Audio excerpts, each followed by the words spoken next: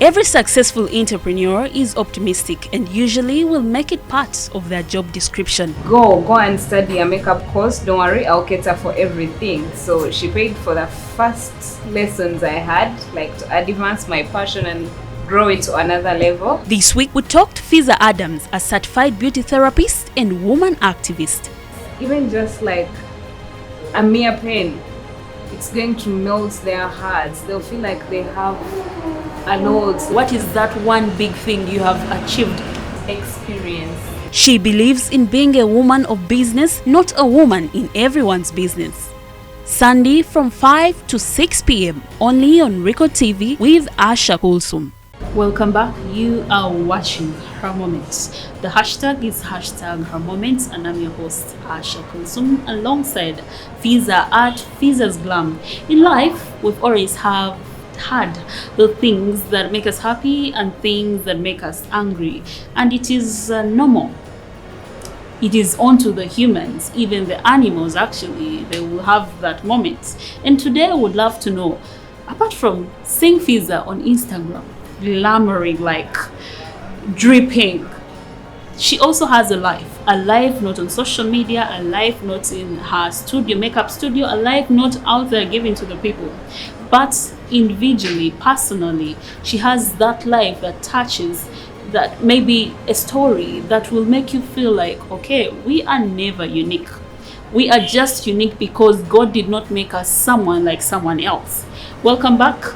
This is Her Moment. Fiza, what are some of those best moments you've had in life? Okay, so like one of my happy moments when I was still young, that was when we used to go like out, the whole family, to celebrate like our New Year's Eve. We could go out. That was Lakeview by then, so we could go have fun. They could bring artists. You know, we were kids. But to a kid of then, going like out in such a way, it was really a big deal. So I could consider that like one of my happy moments. Then my high school moments were also happy moments for me, because I used to be like a little bit stubborn, but it was so hard for people to tell that this girl is stubborn, because I was underground. I could cover it up. So I could like do crazy things. I could do like super crazy things, and then my friends could end up being punished for the things that I did, because I really looked like so innocent. So all those like crazy things we did, when I look back, I feel like those were happy moments for me, because I got to be me. I got to do whatever that I felt like I needed to do by then. So yeah. About those moments you shared with your family and relating them to today's way of living. Yeah. Do you see any difference in the modern families and the families then? Of course, there is a very huge difference. Not like the happy moments I told you about, going out with family and stuff. These days, it is something minor. It's not a big deal, but then it was really big. By then it was big. So with the modern families, that is not a big deal. Professionally, what could be those moments you even noted down in your diary and you're like, Fiza's moments professionally is this beautiful moment she can never forget, but always have to put it down? There was a time when I had to go to work to a new place that I didn't know about. I love new things. I love adventure. I love exploring things. So I got a gig to a place that I don't even remember the name of the place, but the fact that I was going to a new place that I didn't know, that made me happy. You know, I went like seeing everything was new, and I felt my heart was happy. I felt like I'm really in the right job that I need to be in. Yeah, so that moment till now made me like realize how I made the right choice to be here professionally. So yeah. as a business lady and female or male out there, someone has always had those base moments. But professionally, we always face those challenges in our businesses. What are some of those challenges you have faced in this beauty industry? Well, there are a lot of challenges, by the way. Sometimes you're going to work on a client and they give you like a comment that will make you feel like you will lose out. You feel like you're not doing the best that you're supposed to be doing. So you feel like you're being judged and you feel like someone is kind of like undermining you, and sometimes it really puts you down. If you're someone who gives up like easily, you can be like, oh no, this is not for me. But yeah, there are usually those moments. People will give you bad comments. People will be like, you're not good enough. You work on someone and give it all you got, and they'll be like, I didn't like this. You should have done like that. Instead of telling you like before, sometimes you just want clients to give in their opinions, yeah? But someone will let you do whatever that you're doing, and then later they'll be like, you should have done this. Then at the back of your mind, you're like, I wish you told me to do it, you know? So, yeah, there are a lot of challenges. They really do frustrate a lot, but it all depends on how you manage it. Yes, exactly. Yeah. How do you overcome this? I make sure that I don't lose out in front of my clients. I don't like lose face. I keep calm. And every bad comments, every bad moments, or every bad anything that I get from clients, I just learn from it. I don't take it at heart. Like, I don't feel offended. I just learn from it. I'm like, oh, she told me this was not good. Then next time I'll better it. Yeah, instead of acting. I think you're the right person to ask, because as females, we've always not had that 100% credit given to someone who works on your skin. I'm giving an example of females who come to the studio and you make something out of them and they'll be like, no, sichagala, collaborate. Because I give an example, maybe you go to a beauty parlor and someone does something, you're like, no, not this one. And how would you feel if you drew an eyebrow on someone's, face, and she says, and she puts it off, and she's like, no, do it like this and like this, not like this. To make a client happy, I just do what they want, for them to be happy. So honestly, no feelings attached. Be like, all right, No, I don't usually put in a lot of feelings, but the point where I put in like a lot of feelings is when someone comes in and they are trying like to do your job for you. They don't let you do your job, so they are telling you, put this here, put that here, do this, do like that, like you really don't know what you're doing. That I feel like, okay, I have to be professional, yes, but it really makes me feel bad at times. And usually I tell them, I like working when I'm doing what I'm doing best, not, so I find a way to twist it around. Right. Yeah, I usually find a way to twist it around, not to offend the client, and yeah.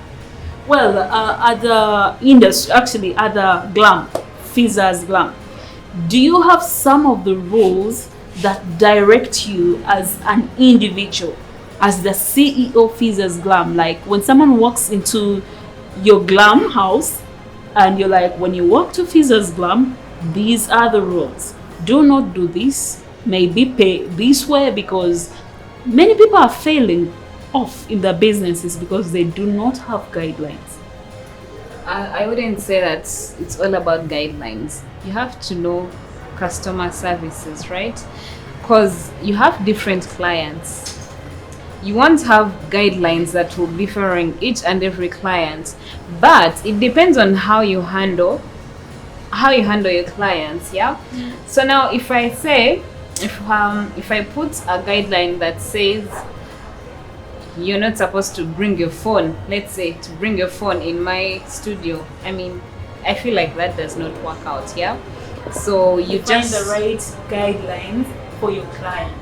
Yeah, mostly the guidelines are with me, but not with my clients. Me personally, just like me, I'll say, Fiza, when you're working on a client, you're not going to be answering your phone. Just me, but not with the clients. I just let the clients be and give them the best customer services that they need instead of putting rules. They'll be like, oh yeah, inamateka manji, I won't go back, So just find a way to make everyone comfortable whenever they come to your studio, not to make them feel like they are limited to being whoever they are. So you can just have the guidelines as you personally, as me, the CEO. I can have the guidelines, but I do not extend them to my clients. Well, with the competition in this industry, how have you managed to beat up this competitive industry? Well, the competition is always healthy. It's always healthy. People have different service. Okay, the way it's how good you are at what you do that sometimes helps you to manage the competition. I'll be good with, maybe I'll be good with customer services, yeah. Like when people come in, I will welcome them in a very nice way. So, and when they go to the other person, they just don't welcome them like in a nice way. So there is a way that helps me like to manage the competition, yeah, because they'll be like, oh, she's sweet, she knows how to attend to the clients, she knows how to. So it's always about how good you do what you do that will always bring in the clients. But competition is healthy. You're not supposed to worry about competition in most cases. Well, a tip of how best you make your place better than the others. I make it feel like home for my clients. We interact. I make sure that they are comfortable with me. I make sure that they are comfortable with the looks they have. When I do something, I'll ask you, are you comfortable with this? I don't want someone to just go with, let me just go with it, I want them to feel like, yes, I can move out with this and be comfortable, instead of, if I move out with this look, they'll think I'm too much. So I'll ask you, do you feel like you're comfortable with the look you have? If you say yes, I'm comfortable, then that's it. But if you say maybe the eyeshadow is a little bit too much, then I'll find a way to tone it down. So I usually make sure that I give my customers, my clients, the best services that they can always have. Yeah. Well, let's take a quick short commercial break. You are watching Her Moment, Rico TV. In the past, women were considered housewives, housekeepers, and many other things denied any opportunity. Today we are great witnesses of the transition from the kitchen to the big offices and places of great responsibilities. Now Rico TV has brought you a show, Her Moment, going to awaken, motivate, and inspire all women out there every Sunday from 5 to 6 p.m. Welcome back. You are still watching Her Moment. The hashtag is hashtag Her Moment on our social media pages. That's at Rico TV Uganda on Facebook, Twitter, and YouTube. Before we went for that break, we're talking about the family bondage between Fiza and the family.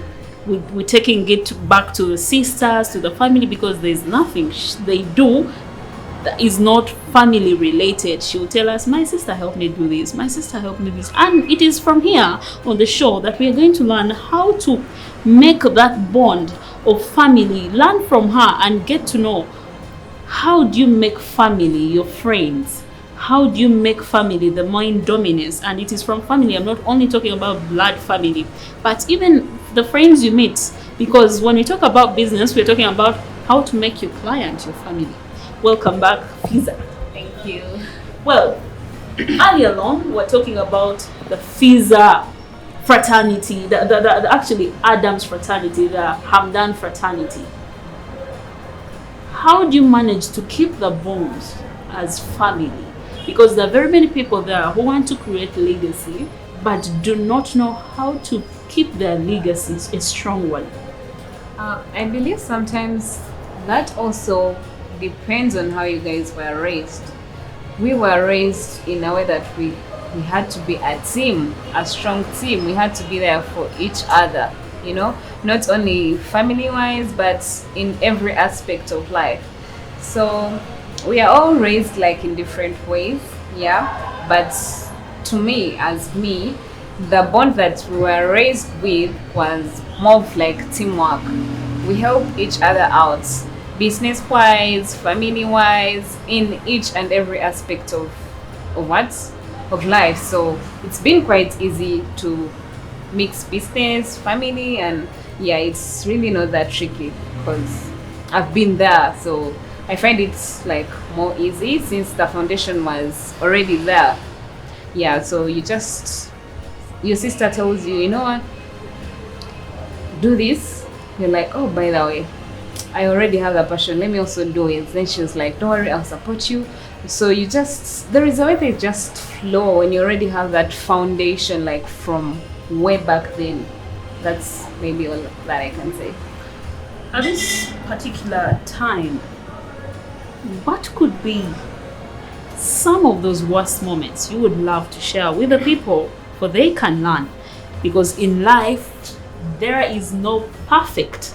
Ngomuganda wagamba teri lugendo, I don't know how to say it, but yeah, in life you always find the difficulties, but you try to kick them, push them. What could be some of those things that put you down at a certain time and you kicked them aside, put them aside and moved on? Okay, the worst moment maybe I can say that I've had till now is, I can say maybe the fact that I didn't grow up with my mom.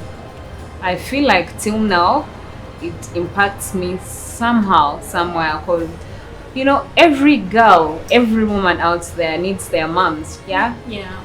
So sometimes I feel, when you feel like things are way too heavy on you, and you feel like, oh, I wish my mom could tell me what to do in such and such a situation, but I don't. I just have a dad, and at times you have things that you cannot tell your dad. So till now, I feel like not growing up with my mom has been the worst moment of my life. Why at this time? Why did you not grow up with your mother? Well, family things that got so complicated, but yeah, so it happens. Yeah, it does. Well, so not growing up with a mother, and there are always some of those things that you look back and you regret. You're like, I wish I had grown up with my mother. Exactly. Yes, but how do you manage to beat these things? And the fact that you're a woman, you're a mother of tomorrow. What are some of those things you're working on to spoil that bondage, to get it away and make sure you're gonna go through it and maybe never pass it on to someone else? Well, I try to be strong strong for myself, and for, at times, at the end of the day, it's you and just you, so you have to pull yourself out of each and every situation that you're in, with or without a mom. So yeah, I just try to be strong. That's all I can say now. I just try to be strong, to be a strong lady, yeah.